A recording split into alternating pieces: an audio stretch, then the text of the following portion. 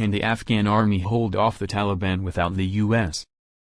President Biden stood in the Roosevelt Room at the White House and declared the end of U.S. involvement in the war in Afghanistan. He spoke from the same spot where former President George W. Bush announced the beginning of the war 20 years ago with a bombing campaign. "It's time to end America's longest war," Biden said. "It's time for American troops to come home." The president said the U.S. will keep providing assistance to the Afghan security forces, and reposition counterterrorism forces over the horizon, to make sure Afghanistan does not once again become a haven for terrorists planning to attack the U.S. That was the reason for invading Afghanistan in the first place after the 9/11 attacks, when the Taliban government refused to turn over the mastermind of those attacks, al-Qaeda leader Osama bin Laden. Defense Secretary Lloyd Austin, speaking this week from NATO headquarters in Brussels, pledged continued U.S. training and support for the Afghan security forces. Forces are better and more capable of securing their borders and protecting their fellow citizens. We will continue to support them in those efforts. We will look to continue funding key capabilities, such as the Afghan Air Force. Still, both those goals, continued support for the Afghan military and a regional counterterrorism effort. Right now the U.S. military and its NATO allies train the Afghan army and police, pay them and repair the American-supplied equipment. Who will do this once the Allied forces leave? The only realistic answer is civilian contractors. Now, it is well known that the Afghan security forces need these contractors to maintain their equipment, manage supply chains, and train their military and police to operate the advanced equipment that we have purchased for them, said John Sopko, the Special Inspector General for Afghan Reconstruction, during a presentation last month at the Center for Strategic and International Studies. And with roughly 3,500 U.S. troops and some 7,000 NATO forces leaving, will the Taliban accept the current 16,000 contractors, including 6,000 Americans, that are currently in the country? What I see is everyone focusing on the troops' withdrawal and not the loss of the contractors, said one U.S. official who's involved in the financial efforts, but was not authorized to speak publicly. Also, no one's focusing on the financial assistance. Fred Kagan, a defense analyst who advised the U.S. military in Afghanistan, said the American-led training effort will likely come to an end. I do not see how the U.S. can continue to support the Afghan military in any meaningful way, other than financial, once our forces departed the country. He said, so how much money will the U.S. continue to spend on Afghanistan? As of last December, the U.S. had spent $88.3 billion to help the Afghan government provide security in Afghanistan. That's more than 60% of all U.S. reconstruction funding since 2002. Another $3 billion will be spent this year.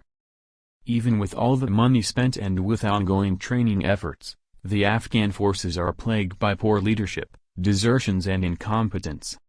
One U.S. general who spent years in Afghanistan said this about U.S. training of the Afghan forces: sadly, that cake was not fully baked. We were impatient, we set arbitrary exit criteria, and our withdrawal from many areas created vacuums for the Taliban return with an Afghan army that was not ready, not getting paid regularly, poorly led, and suffering massive casualties, creating a demoralizing and unsustainable reality for the security forces. Representative Elissa Slotkin, a Michigan Democrat, and former Pentagon official, has questions of her own. The two critical things I'll be looking to hear come directly from the original goals of this war, Slotkin said. First, what will the security architecture look like to ensure that terrorists don't reconstitute and prepare attacks against us or our allies?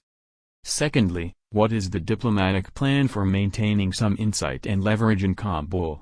She added, if preventing international terrorist attacks is connected to the county living up to basic international norms and standards, we'll need a significant diplomatic plan to ensure Kabul isn't descending into chaos.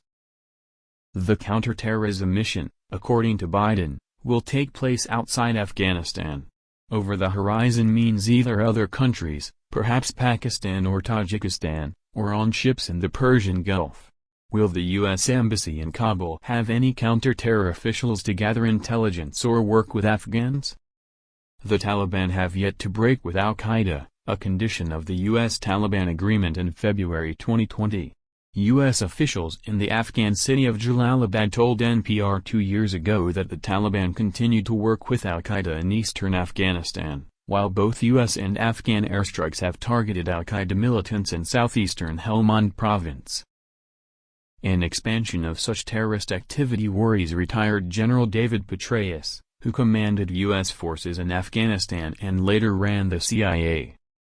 Petraeus said he worries the Taliban will continue to gain ground militarily and allow terrorist groups to operate. Frankly, we're also going to lose that platform that Afghanistan provides for the kind of regional counterterrorism campaign, he said. I'm really afraid that we're going to look back 2 years from now and regret the decision and just wonder if whether we might not have sought to manage it with a modest, sustained commitment that could have ensured that al-Qaeda and the Islamic State would not re-establish sanctuaries. Fred Kagan, the defense analyst, said it's not sufficient for U.S. personnel to be based outside Afghanistan and looking for threats inside the country. We will not have the intelligence we need or the ability to act in a timely fashion on intelligence we do get to conduct periodic and very limited strikes on individual targets, Kagan said.